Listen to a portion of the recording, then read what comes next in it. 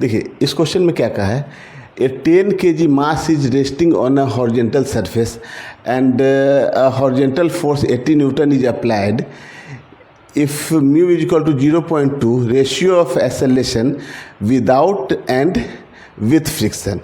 Without friction में और with friction में जो एक्सेलरेशन होगा ना उसका रेशियो पूछा गया है। तो सबसे पहले हम लोग को विदाउट फ्रिक्शन देखना है।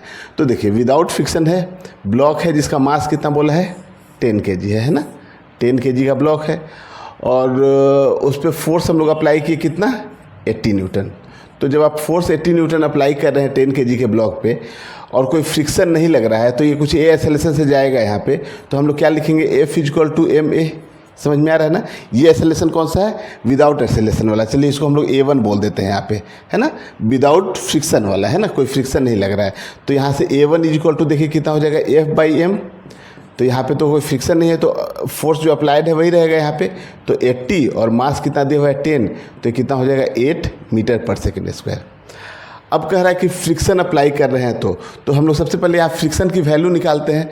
तो F इक्वल टू कितना होता है μn, है ना। और चूँकि ये ब्लॉक चल रहा है तो फ्रिक्शन अपना मैक्सिमम फोर्स लगाएगा और F इक्वल टू μn से हम लोग क्या मैक्सिमम फ्रिक्शन फोर्स ही निकालते हैं ना ये चीज़। तो ये म्यू की वैल्यू है 0.2 और n इज इक्वल टू कितना कर दें हम लोग mg, है ना। तो 10 और इंटू जी कितना होगा 10, ठीक है ना।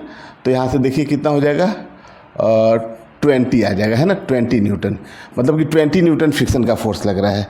तो अब आप देखिए ये ब्लॉक है अपना, ठीक है, और इस ब्लॉक का मास है 10 kg और इस पे अप्लाइड फोर्स कितना है 80 न्यूटन और एक फ्रिक्शन का फोर्स एक्ट कर रहा है कितना है यहाँ से 20 न्यूटन और ये ब्लॉक चल रहा है इधर। तो ठीक है, तो यहाँ हम लोग क्या लिखते हैं F net is equal to mass into acceleration, इसको A2 बोल दे रहे हैं ना।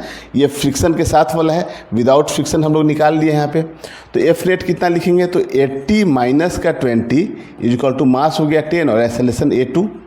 तो यहाँ से देखिए 60 इज इक्वल टू कितना हो गया 10 A2। तो यहाँ से A2 इज इक्वल टू निकल के कितना आ जाएगा 60/10 मतलब 6 मीटर पर सेकेंड स्क्वायर। तो ये A2 जो है ना विथ एक्सेलरेशन वाला है। अब हम लोग को रेशियो किसका पूछा है विदाउट एक्सेलरेशन, मतलब कि हम लोग को A1/A2 का रेशियो पूछा है ना। तो A1/A2 का रेशियो है तो 8/6 हो जाएगा, इसको 2 से आप कैंसिल कर लीजिए तो 4/3। तो इसी रेशियो में रहेगा ना, तो 4/3। तो ये सेकेंड ऑप्शन आपका करेक्ट है, ठीक है।